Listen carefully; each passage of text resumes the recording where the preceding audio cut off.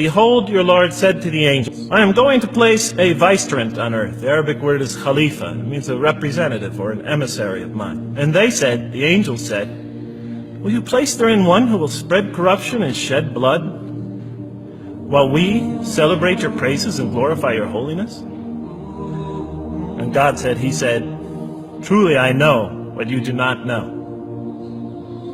See, that's the verse that hooked me. That's the verse that caught my attention. That's the one that kept on making me read the story again and again and again. Because listen to the way it begins. Behold, your Lord said to the angels, I am going to place a representative of mine on earth, a vicegerent of mine, an emissary, one who acts on my behalf. I thought, that's not the way it goes. You're not supposed to be placing man on earth in some positive role. You place man on earth as a punishment for his sin.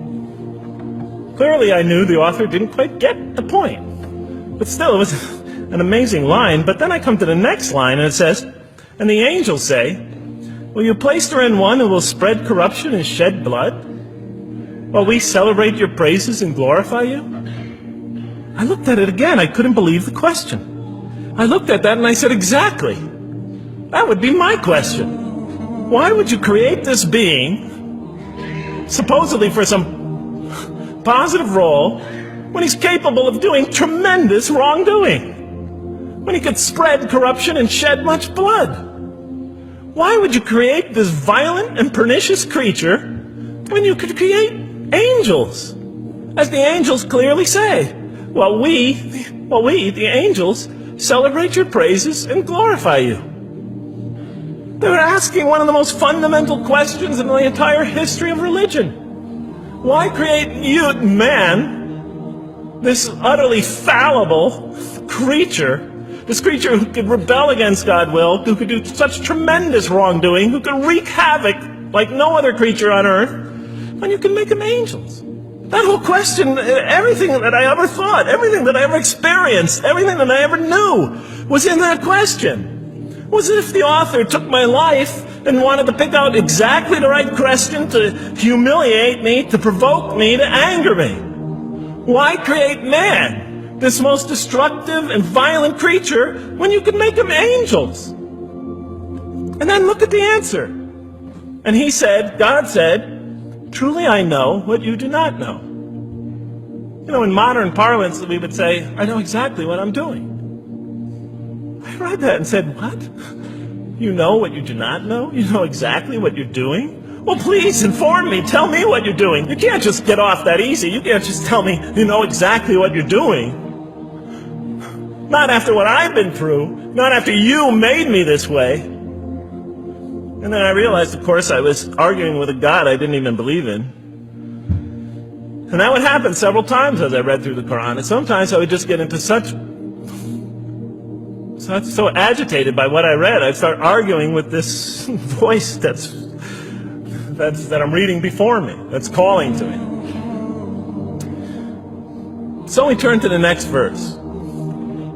It turns out that the Quran just doesn't dismiss the question. It starts to answer it a little bit. And in the next verse it says, and he taught Adam, God taught Adam, the names of all things. And then he placed them before the angels and said, tell me their names if you are right. So this verse is clearly referring to the previous one.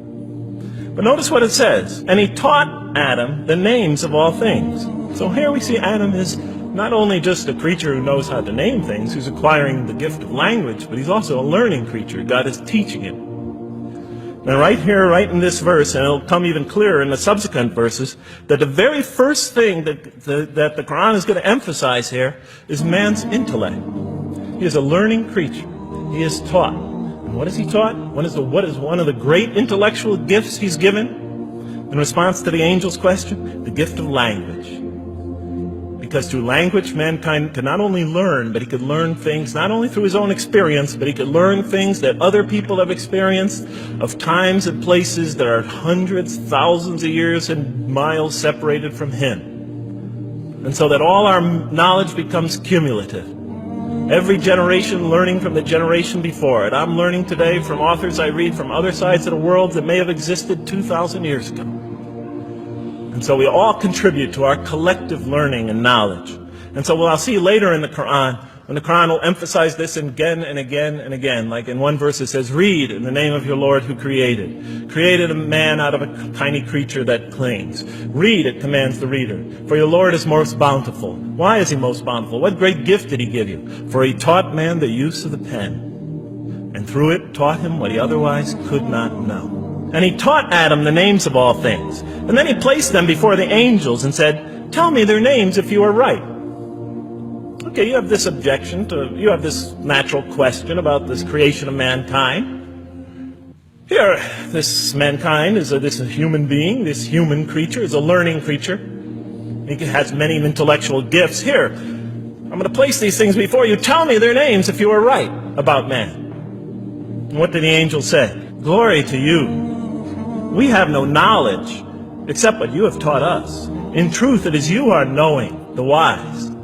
They say this task, this intellectual test that's put before them is beyond their grasp. And so in the next verse we read, and he said, oh Adam, tell them their names. And when he had told them their names, notice how it's just like it's nothing for him. For mankind, he has this phenomenal ability. And that's clearly the point of these verses. Even though I felt that the author didn't quite, it was as if I realized that he didn't misunderstand the story. He was taking one of the great stories in the history of humankind, one of the fundamental greatest stories in the history of mankind, and molding it and using it as a vehicle for an entirely original message. And God said, did I not tell you that I know what is unseen in the heavens and the earth? And I know what you reveal and what you conceal? In other words, didn't I tell you I know exactly what I'm doing? I looked at that. What question what did they reveal and what did they conceal? Why are you all looking at me like that? You're starting to scare me. You're all looking very serious. Am I losing you? Wow. Okay. So, they revealed the sinister and evil propensities of man. But what did their question conceal? All you have to do is think about it for a minute. Human beings, yes, they could do evil. Yes, they could do wrong. Yes, they could create misery. But they could also do exactly the opposite. They could choose to do evil. They could choose to do tremendous good. They could choose to do tremendous violence. They could choose to show tremendous compassion. They could choose to live by falsehood. They could choose to live by the greatest truths.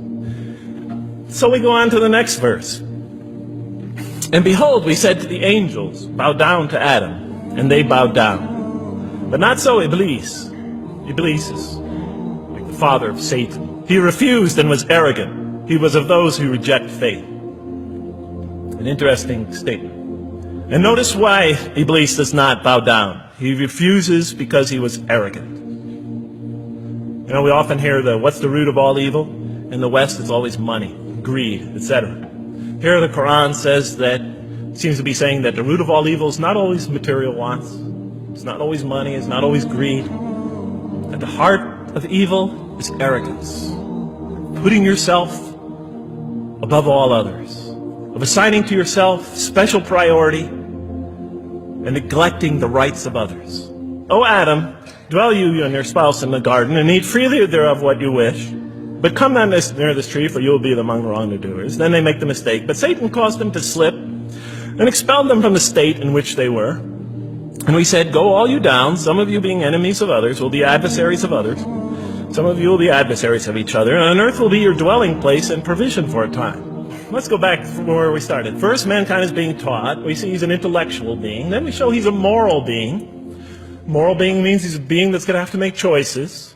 And then God gives him this choice. It's not a huge deal. It's not the gravest sin in the history of humanity by any means. It's minor by any standards. They make it, though. We see that God originally intended to put man on earth as his vicegerent. When does God finally put him on earth? What signals that he's ready to begin? He makes his first independent choice. It's not the worst deed in the history of humanity. It's minor on anybody's scale. But it shows that mankind is ready to act on his own.